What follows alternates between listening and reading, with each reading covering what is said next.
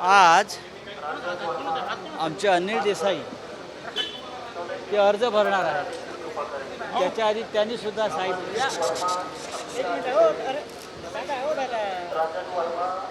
अनिल देसाई उमेदवारी अर्ज भरणार आहे. तर त्यांना सुद्धा साईबाबांचे आशीर्वाद घ्यायचे होते. त्याआधी आज अकोल्यात माझा कार्यक्रम आहे, मेळावा आहे. आणि बाबांचे आशीर्वाद हे आपल्याला नेहमीच आहेत आणि महाराष्ट्राला आहेत. मोबाईलमध्ये 4 दिवसात मुख्यमंत्र्यांना दुसऱ्यांदा शिर्डी द्यावं लागते. आज दिवसभर मुख्यमंत्री शिर्डी काय वाटतं शिर्डी जागेबद्दल? ते का आले मला माहीत नाही. आम्ही मात्र आशीर्वाद घ्यायला आलो. त्यांना शिर्डीतून का धावाधाव करावी लागते आहे? कोणासाठी? शिर्डीतला त्यांचा उमेदवार हा 100% पडतो आहे. आणि आमचे भाऊसाहेब वाघचौरे शिवसेनेचे यांना बाबांचा आशीर्वाद आहे आणि जनतेचा आशीर्वाद आहे. दुसऱ्या टप्प्यातली आज निवडणूक झाली. 8 ठिकाणी 8 मतदारसंघांमध्ये आज मतदान झालेलं आहे. काय वाटतंय सर, काय रिझल्ट? आधीच्या 5 आणि आजच्या 8 एकूण 13 त्यातल्या 10 जागा आम्ही जिंकतो. सर, अजित पवारांनी जे वादग्रस्त वक्तव्य केलं होतं निवडणूक आयोगाने मात्र त्यांना क्लीन चिट दिल्याचं आज समोर आले. कसं पाहता निवडणूक आयोगाच्या? निवडणूक आयोग हा निवडणूक आयोग नसून भारतीय जनता पक्षाची शाखा आहे. Extended branch of Bharatiya Janata party. त्याच्यामुळे निवडणूक आयोगाकडून तुम्ही निष्पक्ष कामाची अपेक्षा करणं चूक आहे.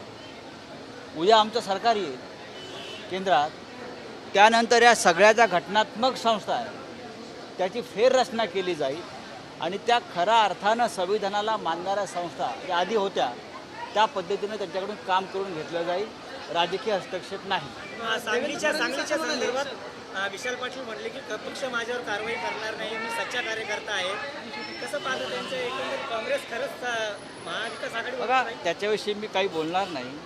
पण एखादा पक्षाचा कार्यकर्ता, मग तो शिवसेनेचा असेल, राष्ट्रवादी काँग्रेसचा असेल किंवा काँग्रेस पक्षाचा असेल, महाविकास आघाडीत शिस्त मोडून आणि झालेला निर्णय मोडून जर निवडणूक लढणार असेल आणि महाविकास आघाडीला पाडण्याचा प्रयत्न करणार असेल, भारतीय जनता पक्षाला मदत व्हावी म्हणून अशा व्यक्तीवर, मग ती कितीही मोठी असेल, त्याच्यावर कारवाई 3ही पक्षांनी करावी असं आमचं एकमत आहे. 3 पक्षांचे ठरलेलं आहे. त्याच्यामुळे शिस्त महत्त्वाची आणि पक्ष मोठा. पक्षापेक्षा किंवा महाविकास आघाडीपेक्षा कोणी स्वतःला मोठं समजत असेल तर तो त्यांचा गैरसमज आहे. देवेंद्र फडणवीस असं म्हणाले की महाविकास आघाडीनं मला खोट्या गुन्ह्यामध्ये अडकवलं, चौकशी केली, केसापासून बघा, केसापासून नखापर्यंत त्यांचा फक्त खोटारडेपणा आहे आणि भ्रष्टाचार आहे. नखशिकांत ज्याला म्हणतो, यांनी आपल्या सत्तेच्या काळात दिल्लीत आणि महाराष्ट्रामध्ये इतके खोटे गुन्हे लोकांवर दाखल करून त्रास दिलेला आहे. त्याच्यामुळे त्यांना आता भीती वाटते की मला पण तुरुंगात जावं लागेल आणि म्हणूनच ते जे म्हणतात ते मला अटक करणार होते. और तुम्ही गुन्हेच केले आहेत. तुम्ही जर आमचे सत्तेवर असताना बेकायदेशीरपणे फोन टॅपिंग केलेले आहात, तुम्ही हे रेकॉर्डवरती आहे आणि तुम्ही म्हणता मी नाही त्यातली कडी लावा आतली, हे कसं काय चालेल?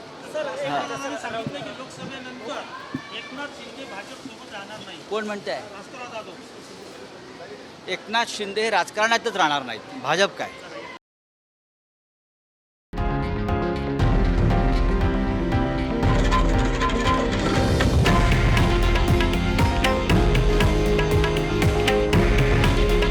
हे आहे देशातील नंबर 1 न्यूज नेटवर्क आणि आपण पाहत आहात TV9 मराठी.